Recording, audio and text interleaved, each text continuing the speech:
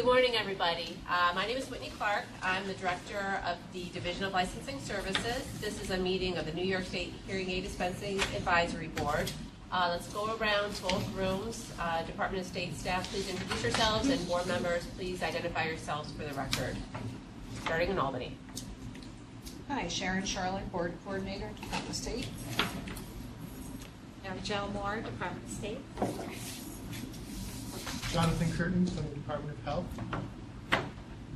Florence Butler, consumer, who wears a hearing aid. Excuse me, I can't hear anyone speaking right now. Who's that? I don't know who said that. I'm sorry, who spoke? This is the cart provider. I need everyone who speaks to please speak loudly and clearly and into a microphone. I'm Jim Hines with the New York State Education Department. Thank you.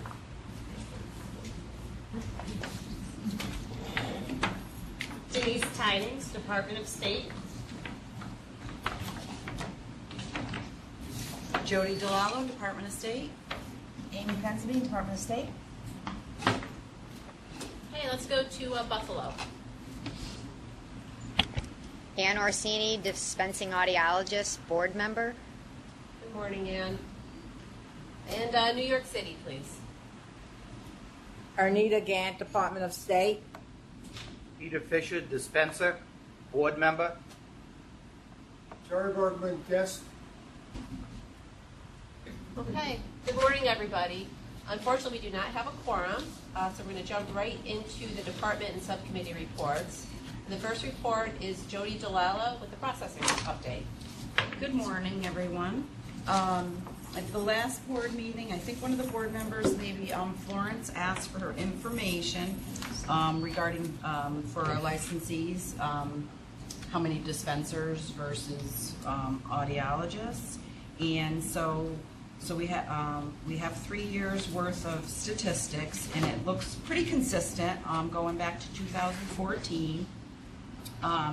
68% of our licensees are audiologists. Okay, and so 68% in 2014, 66% in 2015, and at the end of 2016, again 68%.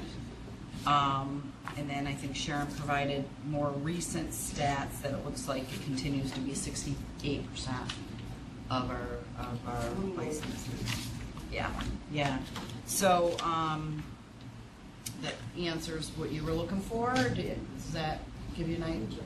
Okay. And also, I think at the last board meeting we discussed rejections for hearing aid dispensers. Specifically, the business application was changed, posted on our website, and has begun to be used. And it looks like our rejection rate has improved. We get a small number of business applications monthly, but it looks like a lot of the information, previously a lot of information was missing. I think it was confusing, the amount of fee they had to pay was confusing, so we changed that, and it looks like it improved. So that's good news there. Does anybody have any questions? Okay. Thank you, Jody. And those stats are in the meeting folders? The most recent stats are. Okay, Yep. thank you. Oh, are they? Okay, great, thank you. So moving on to New York City. Ernita, could you please provide us with an update on enforcement? Okay, yes. We are continuing our efforts for our continuing education audits. We started in 2017.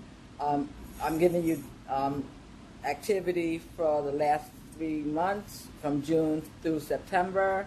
We audited 120 licensees, and they were randomly selected.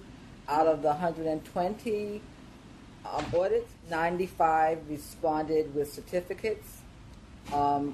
Most of those certificates have been reviewed and are in accordance with our requirements.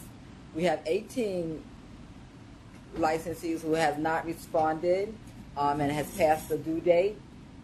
We are giving them another opportunity to respond to us one way or the other, by phone or by submitting a certificate. So we are allowing them another 30 days. We have 7 audits who still have time to respond. So that's my report. So for the most part, it looks like most of our licensees are in compliance with the continuing education requirements. So I think that's a good thing. And that's good news. Thank you, Arnita. Does anybody have any questions for Arnita? Okay, thank you. The next item on the agenda is an update on the proposed continuing education regulations. And unfortunately, our council's office representative could not be here this morning, so we'll have to table this for discussion at the next meeting. And the next item is also an update from council's office. I can speak to this issue. It's an update on recent federal action on over-the-counter sale of hearing aids. But I think I'll table that discussion until we, for new business, when we discuss Florence's article, because I think it's a nice tie-in and both issues are related. Okay, so in everyone's meeting folders, we have a summary from the June 7th meeting. I ask you to take a look at it and let me know if you have any changes.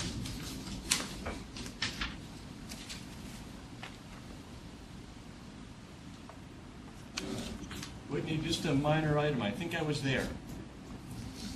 It was upstairs in another room. Mm-hmm. Yeah. Oh, you're not on here? Okay. Thank you, we'll make that up. Just in case someone's looking for Thank me. you. We'll make sure we make that picture. Thank you.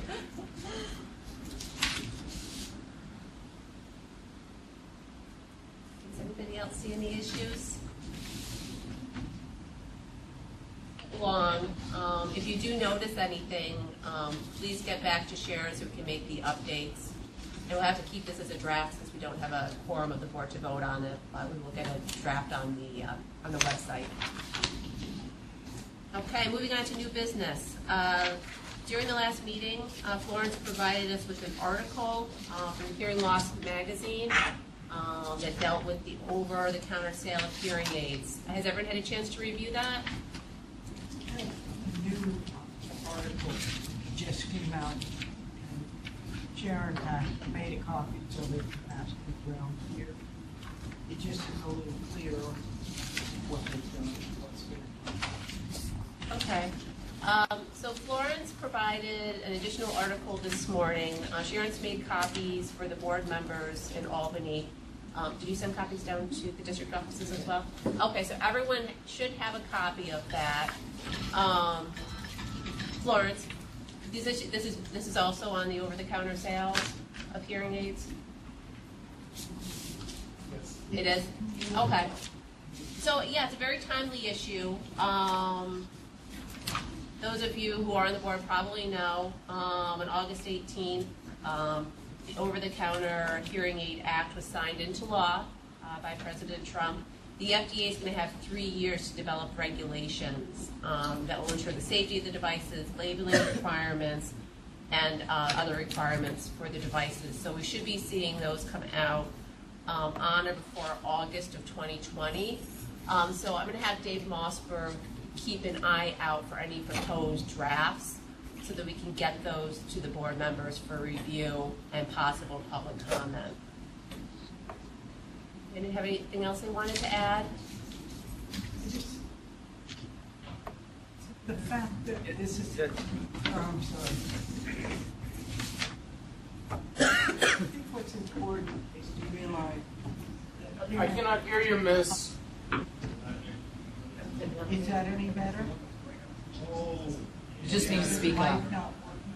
Yeah, you just need to speak up a little bit, please, Florence. I will try to speak up for you. What is important about this is that hearing is becoming an issue of importance. People are really realizing that people with hearing loss may tend to get depressed. They may have problems with they may be more likely to come down with Alzheimer's or so. Even though they hear something, if they wear the hearing aids, they will hear more. We may think that by lowering the price of the hearing aids, that's going to solve the problem.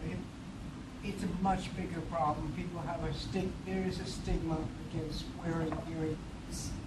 Although I have to say, I think they're a blessing. So I think this whole movement is important, and we need to embrace it however we can. Thank you, Florence. What I thought was interesting about the article, and I wasn't aware of this previously, was an estimated 80% of people who would benefit from hearing aids don't wear them. So it'll be interesting to see, what changes as these regulations go into effect. Does anyone else have any questions or like to comment on the article? I would like to comment. This is Peter Fisher. Thank you, Peter. Number one, I do believe that when they do write the new regulations on the federal level, they're going to change the name from an over-the-counter hearing aid to an assistive listening device, because they have stipulations as to what a hearing aid is, and they're going to have to change the labeling. The other thing is that the industry itself has been driven by economics. All of the technology that has been developed up to this time was developed mostly by business and not by the educational avenues. All of the devices that have been built and all of the research is done by business. And so research doesn't come cheap, and that's one of the reasons why hearing aids today are expensive. If we limit the ability for the businesses to make money, we're going to find that there will be a depreciation in the quality of research and the development of technology. And so this is a two-way street. The other thing is that there is an inherent danger in having people solve their own problems, because there are problems, hearing problems, which could be caused by more life-threatening issues. In my experience, I've had the opportunity to recommend that someone see an otolaryngologist, and we discovered tumors, and so it's a dangerous path that we have decided to go down. Also, if someone who has a hearing loss tries to address their problem with an over-the-counter device, and the device fails to satisfy their need, they're quite likely to give up, because they're going to say this particular type of technology doesn't work. So it's important that when technology is applied, it's applied by somebody who understands the problem and understands the solution. So I do believe that if the federal government wants to make these decisions, they're going to have to understand that there are other people who are opposed to these decisions, because it's not in the best interest of the hearing impaired community to provide solutions on their own. That's my story. This is Jerry Bergman. I'd like to be permitted to correct a few factual inaccuracies and comment on what you just spoke about. May I? Sure. Yeah, please go ahead, Jerry. Thank you. First off, Whitney's comment about the statistics was a little inaccurate. I believe the 80% figure pertains to the percentage of people with hearing loss, measurable hearing loss, who do not seek hearing health care. That is, only 20% of people who suffer from hearing loss get any treatment, see an audiologist, etc. That's the first thing. But Whitney is not correct in pointing out that among those who do get hearing aids, a majority of them also give up after finding they're unsatisfactory. The reasons are complex and have to do with things like the affordability factor, the technology factor, and the barrier that poses, particularly for seniors, et cetera, et cetera. But that background is vital to understanding the intent of the law and why it was adopted. And you should know that the hearing, the audiology community was not opposed to the legislation. The consumers, through the Hearing Loss Association of America, the Association of Late Deaf and Adults, and other groups were strongly in favor of it. There was only one group that was opposed to it, and those were the manufacturers of hearing aids. And the hearing aid manufacturing industry is a $6 billion industry. All of their research and development has gone into competitive, trying to come up with better products. The bill passed in part because of the strong support of the Consumer Technology Association.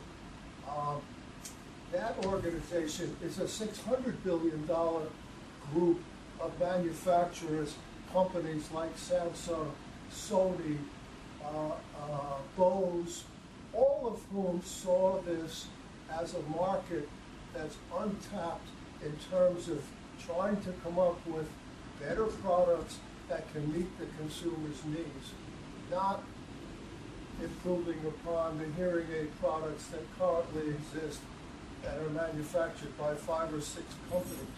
So already we're seeing the marketplace expanding in terms of the options available to consumers. Peter mentioned also that the terminology will change, but the terminology won't change quite the way you explained it. Currently, over-the-counter products to help people with hearing cannot be sold as hearing assistive devices. They can only be sold as personal sound amplification products, or what is known as PSAPs. What the law says is that there will now be a new category created specifically known as over-the-counter hearing aids, and they must meet certain criteria for health and safety, and those are the standards that the FDA is developing. And the Hearing Loss Association is working closely with the FDA to ensure that there are standards and information that will enable the people who choose those products at the point they enter the system of hearing healthcare and understand what they're getting, how to use it, and that it'll be safe and effective. That's closing a gap that now exists where people can put anything that's on the market as a personal sound amplification product in their ear, and they have no assurance of its safety or effectiveness. So the marketplace is going to expand tremendously. There'll be a tremendous amount of new research and development coming from companies that have heretofore not been in the marketplace. And from the standpoint of people with hearing loss, it's very exciting because, as Florence said, it raises the visibility of the hearing loss disability and will offer many more options to consumers. Thank you. Thank you, Jerry. Would anyone else like to speak on this issue? I just want to thank Jerry for clarifying, because currently they are the PSAP on counter for application, and the over-counter will be for mild and moderate hearing, not for severe. I would not be able to benefit from one if it's not strong enough. So this is getting some regulation in the field, and hopefully they will be helpful in people with mild to moderate hearing. Thank you, Jerry, for clarifying. Thank you, Florence. May I say one more thing? Go ahead, Peter. Part of the problem with mild to moderate hearing loss is that it doesn't have as great an impact as, let's say, a toothache. When your tooth is bothering you, you run to the dentist. But when you have a little problem not hearing your wife, you're not running over to someone's office and addressing it right away. So there are lots of reasons why hearing loss has not been addressed. All right, thank you, Peter. You're welcome. Okay. So we'll keep watching this issue and we'll provide the board with updates as we receive, additional information from the federal level. Very interesting. So Sharon, next proposed meeting date is November 30th. Board members, please take a look at your schedules, and if you have any conflicts, let Sharon know so that we can make the room arrangements, arrange for cart services, and do all that we need to do to have this meeting go forward on November 30th. Public comment period. Buffalo. Ann, is anybody with you in Buffalo? Nope, no one's here but me. Okay. Albany. Anyone in Albany like to make a public comment? Yep. Okay. Mr. Goosen. Sharon, if you would just please, when you send out the agenda, let us know what room it's going to be in. I fortunately ran into Denise and she escorted me. Okay. I have that. I have a question from the org if we're still in session. Mr. Jerry? Yeah, sure, Jerry, go ahead. Has to do with enforcement and the remarks that Anita made earlier. Just for my own information, would I be correct in assuming that the auditing that takes place is required by statute, whereas even though there's a requirement for telecoil education for the consumer by audiologists and the dispensing of hearing-assisted technology information, there's no enforcement or auditing to see whether people are complying with that? That's my question. Well, there's no specific statutory requirement that we conduct audits. The statute gives us broad authority to do investigations as we deem appropriate. We have been doing continuing education audits, but we are constantly looking for new ideas for enforcement initiatives. We very well could look at different types of audits for 2018 and additional years. So Jerry, we'll take a look at that issue and see if we can add it to next year as an initiative for next year. That would be terrific, thank you, because we now put it on the sign. We did that this past year. That audiology offices are supposed to post, and so I think it's a logical step for this group to take. Thank you. Thank you, Jerry. All right, Mr. Goosen.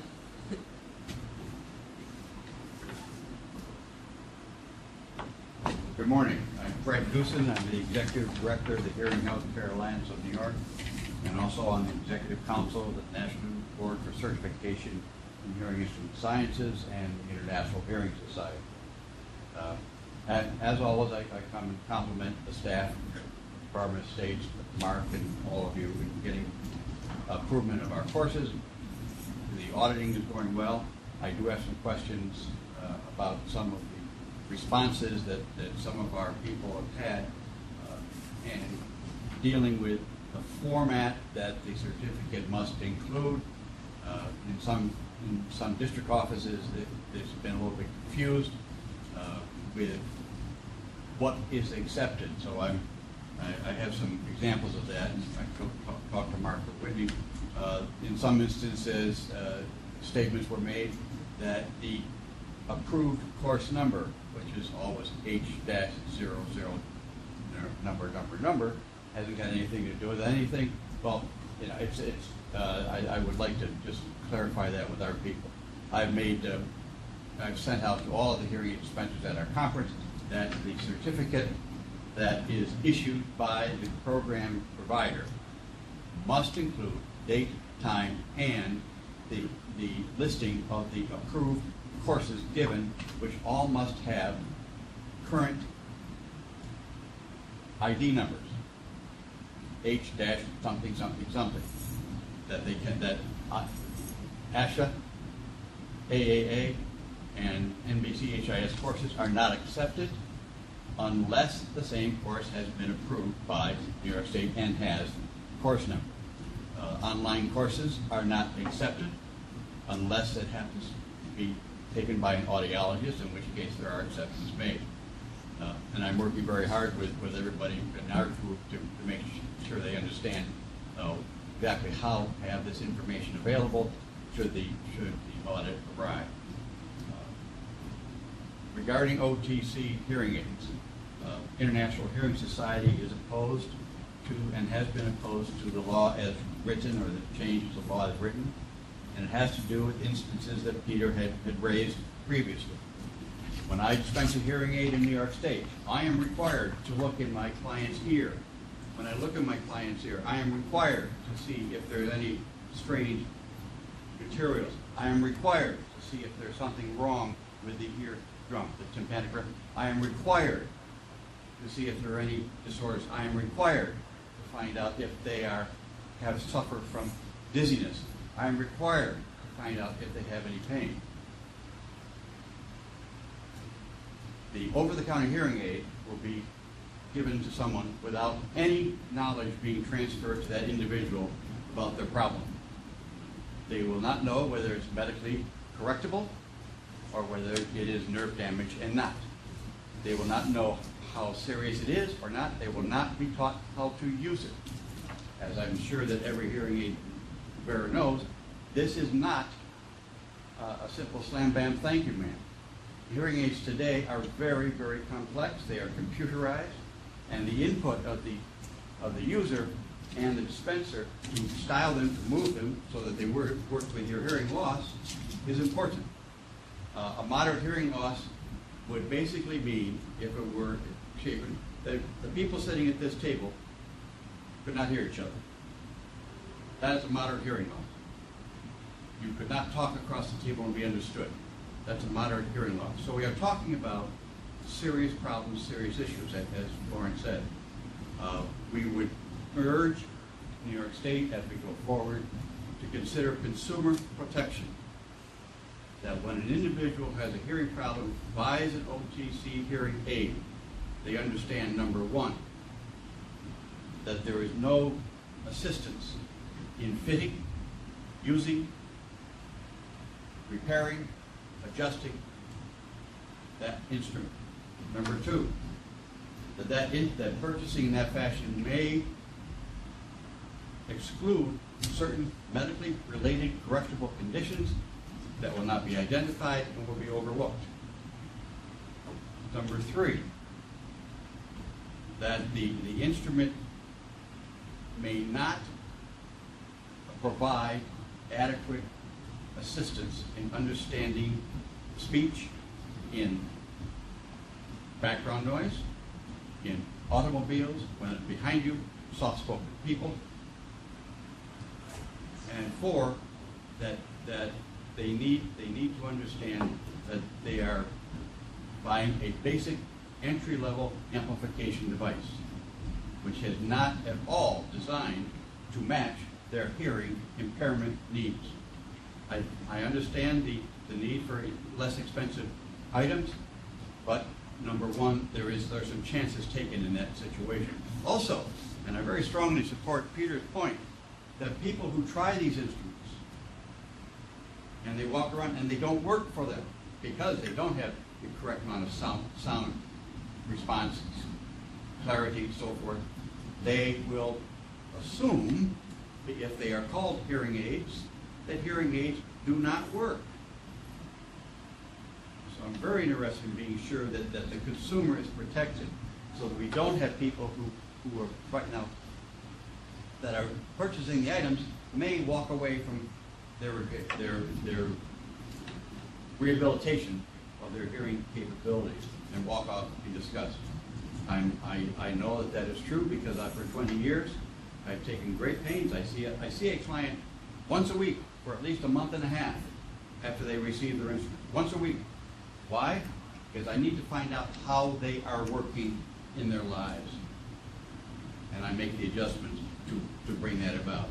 So yes, we are opposed to the OTC law unless it makes it very clear that people purchasing these amplifiers, and they are nothing more than amplifiers because there is no relationship to the person who bought amplifiers, understands that they're putting some medical questions in question, and also they're not helping their hearing to the utmost. And we'll continue to communicate that. But I understand the need for access. I understand the need for cost. But also, there's no such thing as free lunch.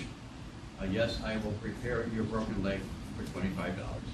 Just put this piece of wood on it and tape it tight. Anyway, thank you again. Any information I can give you, I'd be more than happy to share. Thank you, I Fred. think you have some very valid points. I think until FDA, until we know what the FDA decides, you really can't argue one way or the other too much. So you just have to wait. Thank you, Florence. Anyone else in Albany? Barbara?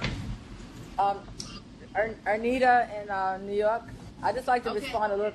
I like to respond a little bit about the code on the certificate because we do receive many certificates that don't have the class code on it, and that kind of delays the process of evaluating the certificate because then we have to go through extra measures to determine whether or not the certificate meets the education requirements. So, I mean, it's very, very helpful and useful for us, for the schools, to put the certificate number on it so we can not further delay our response time to our licensees to let them know that their certificate was in compliance. I just wanted to add that. Thank you, Renita. Do we have any public comment from New York City? This is Jerry in New York. I just want to offer something to my friend in the dispensing community, and Fred in particular. We would love to see a package insert required by the FDA and possibly New York State once the FDA comes out with its regs, so that every product that was sold in this new category has a statement in it that says if you do not benefit from this product, go have your hearing tested by a qualified hearing care professional. And I think that we're working in Washington to make sure that there are package inserts that give all of the necessary information for a first-time customer seeking to benefit from a hearing device. It's simply, hopefully, opening up the highway and bringing more people onto the road to better hearing. Thank you. Thank you, Jerry. Before we adjourn, I just wanted to say that we have seen some movements on appointments to the board. We've seen 2 nominations come through that are currently pending in the governor's appointments office. One for Mr. Bergman and one for a hearing aid dispenser. I know that we're still looking for possible candidates to fill the otolaryngologist positions. So if anyone knows of anybody who would be interested and value to the board, please send me resumes. I know that they're looking at them, and it's positive to see that we are seeing movement on the appointments. Okay, motion to adjourn, please. Make a motion to adjourn. Okay. In favor? All right, and I see hands being raised. All right, thank you. Meeting's adjourned. Have a nice day, everybody.